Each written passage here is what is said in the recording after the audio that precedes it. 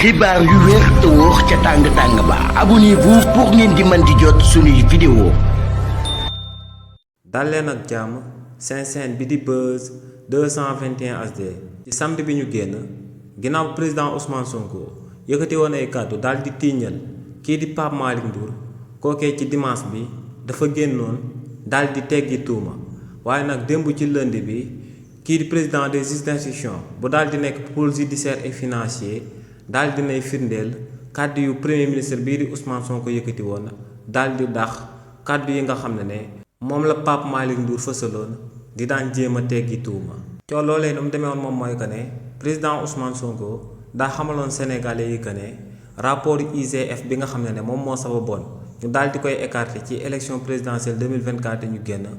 rapport boobee en réalité rapport bu am la ndax kii di Pape Malick Ndour daal dinañ koy oolu si li ni mel ba daal di koy takkal aku bracelet électronique. si li ni mel nag kii di Pape Malick Ndour dafa tontu woon premier ministre bii di Ousmane Sonko daal di xamal Sénégalais yi que ne rapport boobee même bu amee moom nit mënu ko cee daal di épingler ndax moom moo ngi jël fonction en 2019 te rapport boobee ñoo ngi ko amal ci réewu Sénégal en 2018 te ku amal rapport boobee te muy Samba Laobé Dieng génn na àdduna depuis 2018 donc rapport boobee kenn mënu ko see daal di jàpp ba ci takkal aku bracelet électronique ci réewu Sénégal waaye nag le président du collège des juges d'instruction ci lënd bi ñu génn moom ci wàllu boppam moom moo oolu kookee di Pape Malick Ndour ngir ñu daal di koy takkal bracelet électronique bi ba noppi daal di xamal Sénégalais yi que ne kii di Pape Malick Ndour si luñ koy topp du lenn lu dul coowal Prodac bi